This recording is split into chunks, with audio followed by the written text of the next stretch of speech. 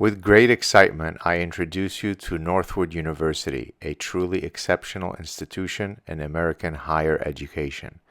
Since 1959, this private, accredited university has been a vibrant bastion of free thought and enterprise, standing out among the thousands of other schools in the U.S. Known as America's Free Enterprise University, Northwood is dedicated to nurturing the next generation of leaders who drive global social and economic progress. At the heart of Northwood lies the Northwood idea, a philosophy that celebrates individual freedom, responsibility, and the importance of moral law and free enterprise. This entrepreneurial spirit is evident in that 1/3 of Northwood alumni own businesses. Northwood is more than an institution. It's a movement that empowers students to think critically and champion liberty. It is a rare gem in today's academic world.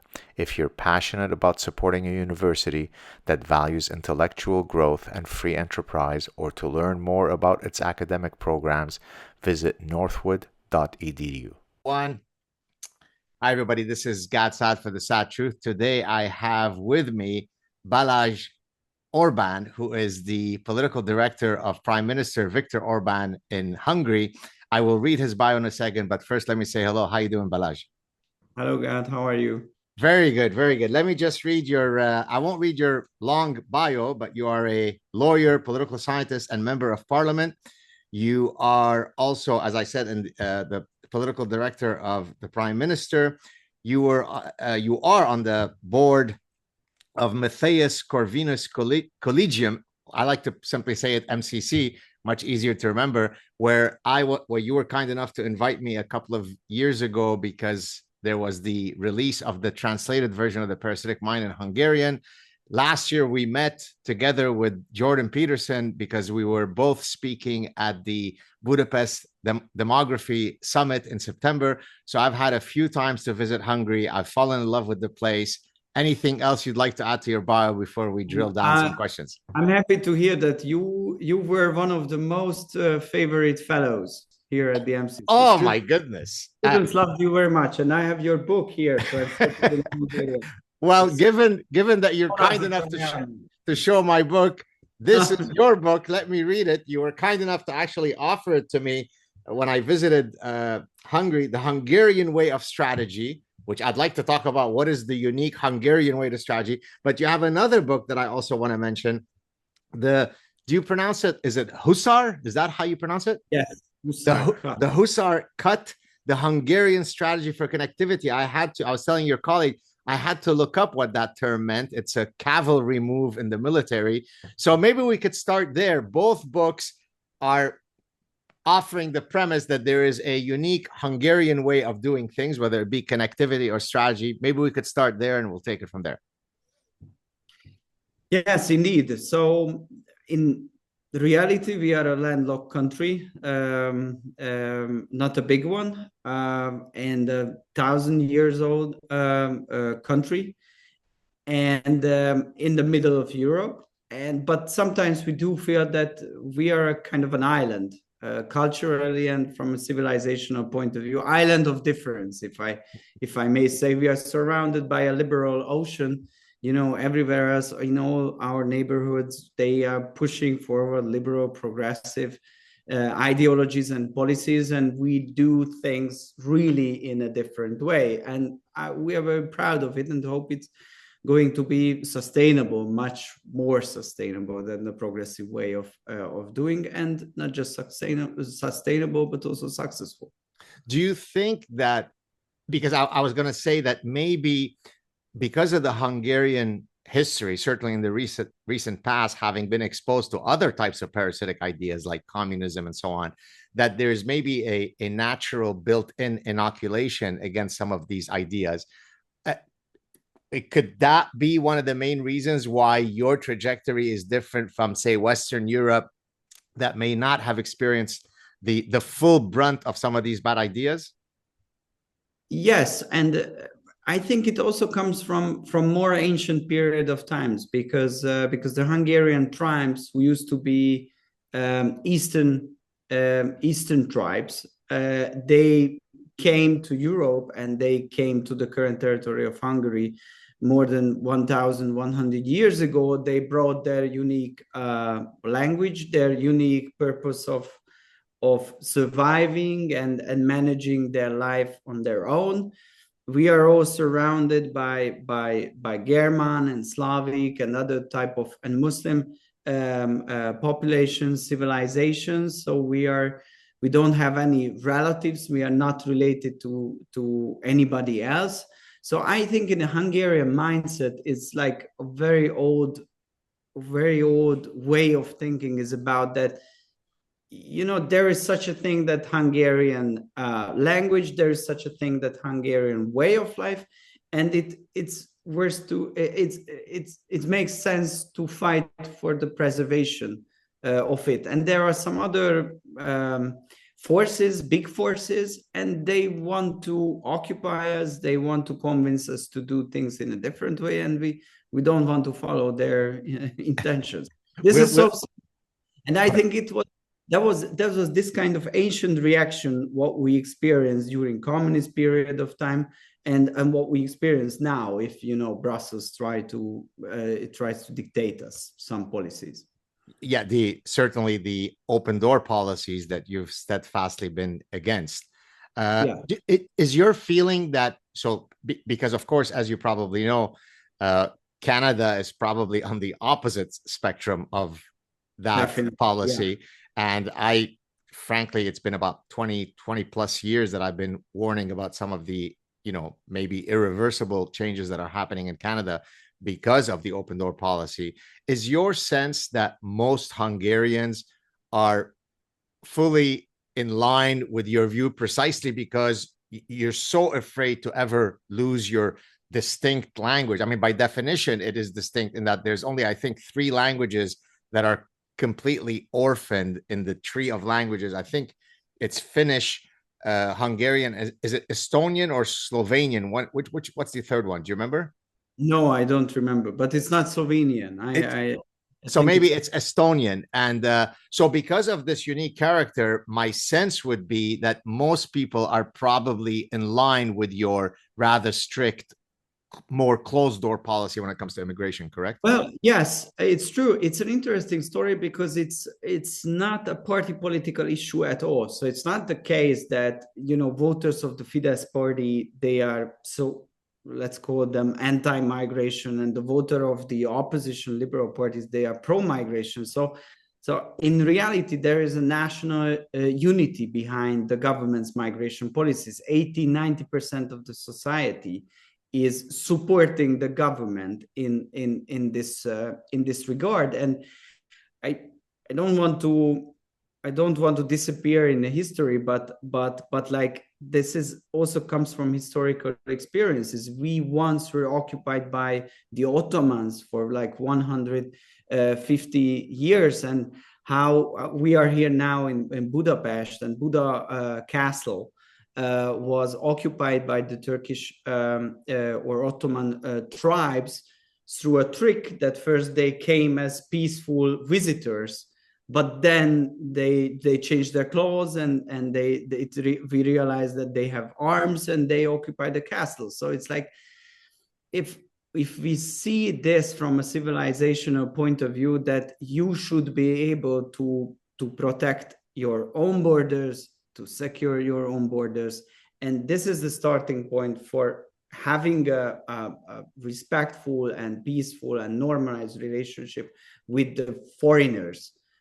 This is decoded very deeply in the Hungarian way of thinking. Obviously, the historical experience of America and Canada and some other Western European countries are different. The meaning of nation is different, even in Europe. So in the Middle Age period of time, Catholics coming from different Western European countries, they felt themselves closer to each other than with the Protestants. But right. In Hungary, it's like the Protestants and the Catholics were living together, and they all felt very close to each other because they were Hungarians, and that it had so nation is not a modern concept. It has a deep historical meaning. As I was preparing, thinking, I went for a walk before our chat, and I was thinking, what are some parallels that I can draw between the Hungarian experience and, as you know, Balázs, I'm Lebanese Jewish, so there's both in my Lebanese heritage and in my Jewish heritage something, and actually my wife is Lebanese Armenian, so I could also bring her in, that is similar to the Hungarian experience in that it's a small people, right? I mean, Lebanese people seem to be boxing above their weight class, so to speak, in that you hear so much about the Lebanese wherever they go. So there's as many in the diaspora as there are in Lebanon, if not many more. Yet they're successful business people, intellectuals, artists, and certainly Jews. There's only 15 million Jews in the world, and boy, do they box above their weight class in terms of the influence that they have, Nobel Prizes and so on.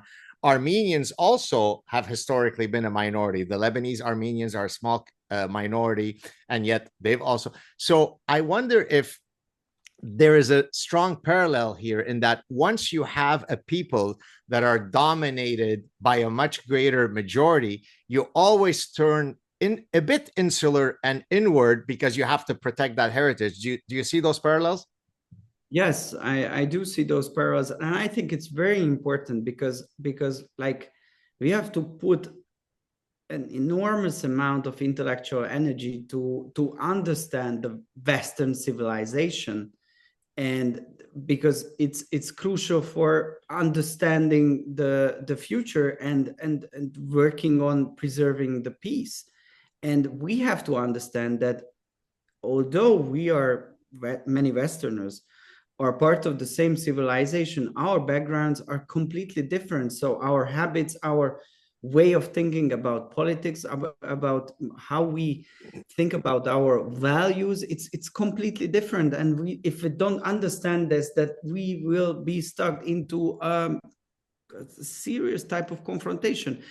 I'm very often with the Prime Minister in Brussels in the European Council meeting, and I have also a personal experience to hear this from other leaders of European countries, that for them the idea of nation means something different. So it's for them it's a modern concept, and for this reason, for them migration is not a threat at all, because it's just a change in the paradigm. It's a different concept, which is not based on similarities in religion, similarities in language, similarities in shared history, but based on something else. For example, I don't know, human or human rights or constitutional rights, or so on and so on. And for them, it's a very normal way of thinking about the future. But countries like this, or civilizations like this, or like nations like this, for Israel, for Hungary, for Armenia, it's a different cafe house, if I may. Indeed. I want to draw a few personal links that I have with Hungary, and then we can discuss some additional uniquely Hungarian policies when it comes to safe fertility and so on. I'd love to talk a bit about that. But and I remember, I think in my first lecture that I gave at MCC, I might have mentioned this, that some of my favorites, so my background originally was in mathematics and computer science. And so Paul Erdős was a Hungarian mathematician. John von Neumann was Hungarian, one of my absolute favorite guys. And he was a real polymath in that, he could navigate through, game theory and economics and statistics and psychology and mathematics. And he was great in all of them.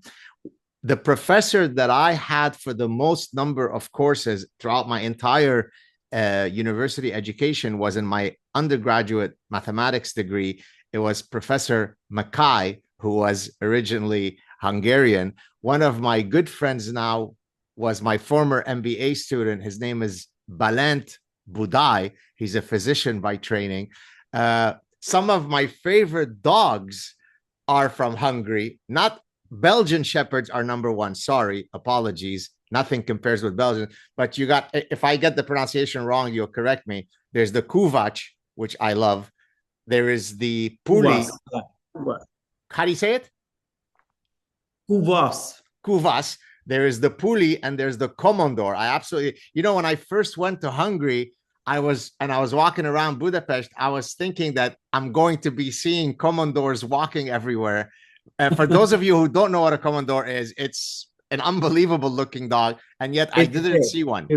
No, they are living in the countryside, so they are not they're living in the countryside. One more link to Hungary, and then you can comment, then we'll go back to policy issues.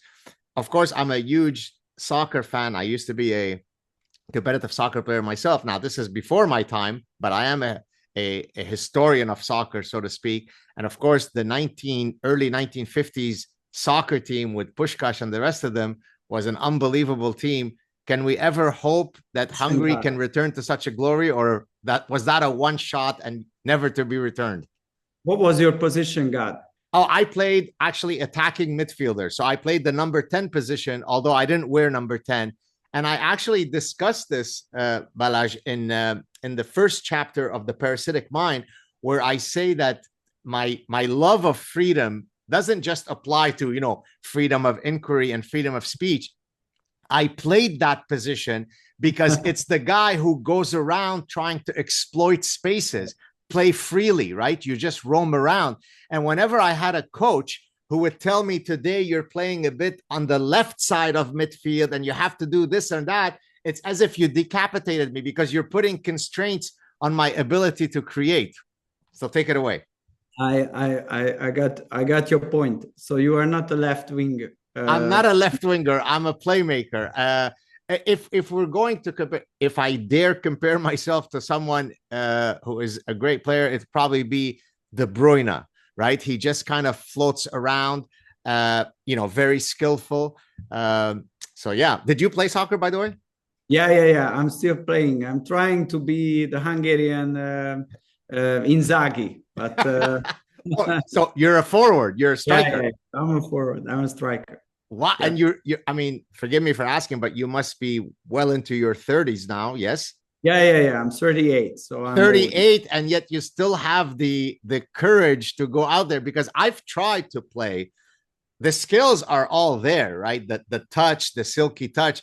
But the second that I try to do a quick acceleration, things very, very quickly go wrong. Is this starting to happen to you? This is the bad side of your position. If you are either a striker or a central defender, you don't have to run at all. You just have to wait for the ball and then kick it. So it's like, I think my position is much better than yours. Very true. You could play for much longer. There is one player that I know from today's generation. It's the midfielder who plays for Liverpool, who's quite a lovely, silky player. I suppose he's probably the top player right now from Hungary, correct? He is very, very smart and very good player with a very good technique and dribbling skills. And he's still very young, so I hope that he will be the new Puskás. Those are very high standards to reach. Yeah. That's true. But I think that it's like, it's not a coincidence that the Hungarians are very good in sports. Unfortunately, not among the best ones in football. Also, we're trying to catch up.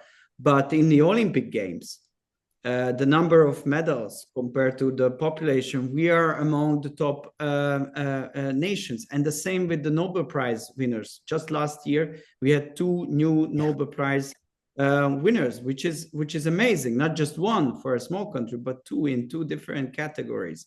So I think, but it also goes back to this Hungarianness thing, because we really think that if we want to survive, we have to be the best. So it's like not possible to survive this surrounding with this unique culture and unique way of thinking if you are not the best in sports, in education, in science, and so on and so on. So we respect the best of the best ones, and everybody in Hungary wants to be the best of the best. Sometimes we succeed, sometimes not, but this is I think a different standard. Well, when I visited MCC, I quickly realized that arguably one of your greatest, I don't know if he was a fellow at the time, I mean, a non-Hungarian, was Sir Roger Scruton, right? Who's studied, the philosophy of aesthetics and so on. And the reason I'm mentioning this is because I'm going to link aesthetics to two areas of the Hungarian reality. So as I was walking around, I mean, most of the time I spent was in Budapest, but we also got to go to other places. And there is this pronounced focus on aesthetics, right? So whether it be the door handles or the manholes on the street, you're thinking, boy, somebody spent a lot of time making the manholes on the streets look so beautiful. So there's this really glorious sense of the importance of aesthetics, which then if I link it to soccer, the 1950s team was a very stylish team, right? They were very skillful. And I always joke with my Italian friends that, I mean, I could argue the same thing for Italians for many things, but not for their soccer. When it comes to their soccer, they're not at all aesthetic. I mean, the French play stylish, the Dutch play stylish, of course, the Brazilians, the Hungarian, but the Italians don't carry the aesthetics to their soccer, but apparently the Hungarians apply it everywhere. Yes, that's probably true, even in the field of soccer. But it's like Hungarian players, they do have very good skills, and they are like this Puskás type of thinking. Like, think about my prime minister. Like he is doing the dribblings in politics. He is like really a superstar, whether you like him or not. But he has like 35 years of history, 16 years in opposition, 16 years in government. He's the doyen of European politics and so on and so on. So it's like, but we also have to put a lot of energy into being always disciplined, like not just dribbling, but protecting the defense line or defense, or make the defense like the Italians. So it's like, if you have skills, it does not mean that you cannot learn from others. So we also have to learn. We need some Italian or German type of defender. Very nice. Make the Hungarian attack very effective. Beautiful. Let's come back for a second to some unique Hungarian policies, and then I'd like to ask you about sort of your daily life as the political director of the prime minister. What are the hats that you put on? But before we get to that, one other policy I'd like to discuss. Earlier we discussed a bit, the Hungarian immigration policies, but the second visit that when I went to Hungary was, as I mentioned earlier, for the I think it's biannual, right? The Budapest Demography Summit, which was organized by President Novak. Now I know that one of my friends, which I know that I mean, Elon Musk is very concerned with fertility issues. He often writes about it. I've written about it. I've spoken with you guys. So you guys have this unique policy whereby you link the exemption from paying taxes to having babies. And I think, if I'm not wrong, and I'll ask you in a second to take the floor, once a woman has 4 children, income taxes disappear. Am I right? And fill in the details. True. That's true. That's true. And we try to, expand that. So if you have 3 children, then no income taxes. But that's not the reality, unfortunately. Now that's just the government goal. But God, it's true. So we think that, if you look on the fertility rates everywhere, the entire Western civilization, or if I may put it that way, all developed countries are in trouble.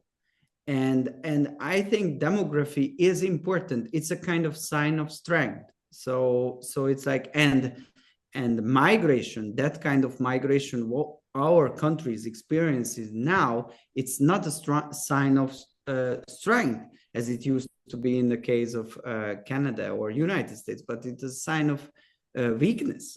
So if we want to preserve our countries and get prepared for next generations, we need to figure out how to have more babies. And we don't need to convince the people to want more children than they want. But actually, it's like, according to all statistics, people want to have more children. It just doesn't happen for many reasons. So according to the Hungarian understanding, the government's duty is to help those young men and women who want to get married and want to have babies. But it shouldn't be it's their private decision, of course, but the state should recognize their kind of sacrifice and should support them financially and in as many means as the state can. So this is why we have an enormous amount of program with more than 30 measures: tax cut, tax incentives, special loan programs, a special buying program for cars.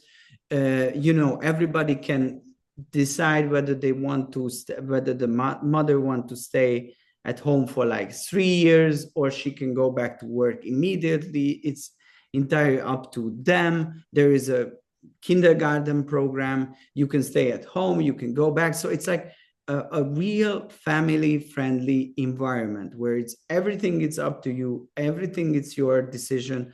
But if you decide to have a marriage, if you decide to have a family with babies, then the state is on your side. And this is, I think, a very unique thing. There is no other comparisons. How long ago did you institute those policies? And are you able at this point to definitively gauge whether the policy, you were at X fertility before those policies, now you're at X plus delta, therefore they're working. And of the 13 measures, I think you said, do you have a sense which is the one that's been the strongest? I'm thinking here as an econometrician and as a statistician in terms of gauging the effectiveness of a policy. Can you tell us a bit about that? So it's approximately, we spend 4 to 6% of our GDP to family support programs. We started this in 2010. Back at that time, fertility rate was the lowest in Europe. It's around 1.2. It was around 1.2. Now, since then, it's between 1.4, 1.6. It depends on the year.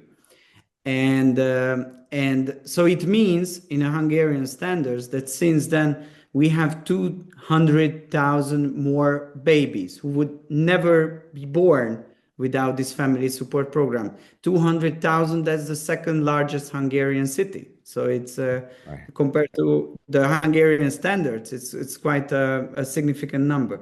The number of marriages went up, the number of divorces went down, number of abortions also halved without changing any regulation.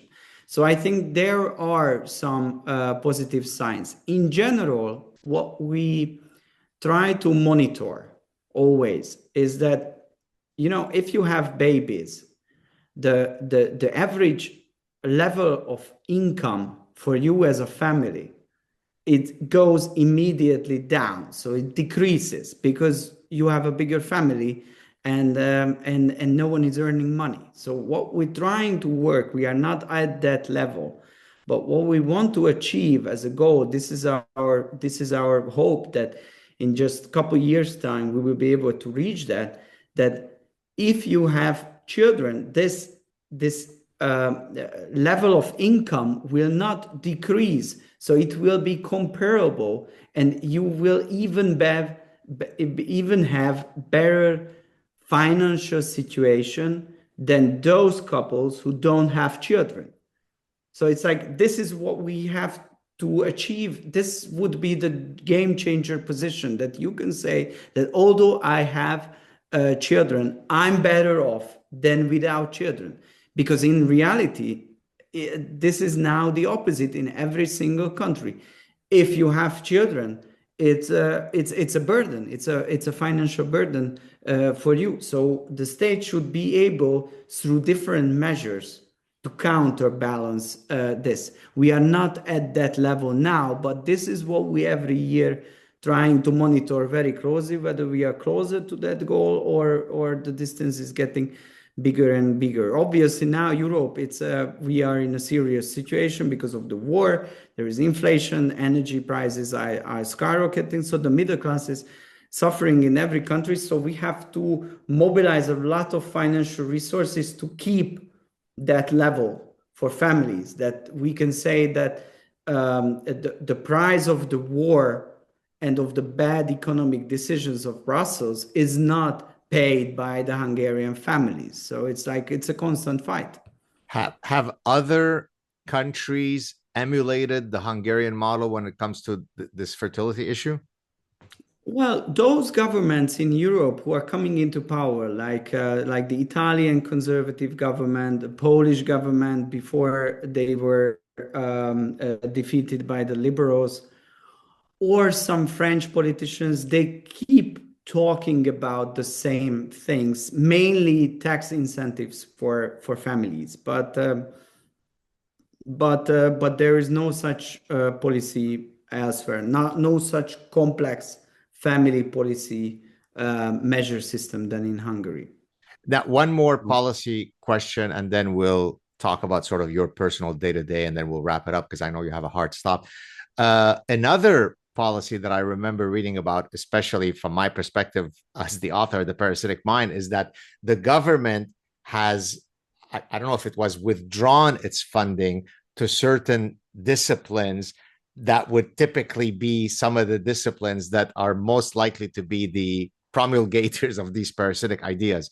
Is this correct? And how do you respond to the people who say, oh, by you doing that, you are infringing on free inquiry and so on?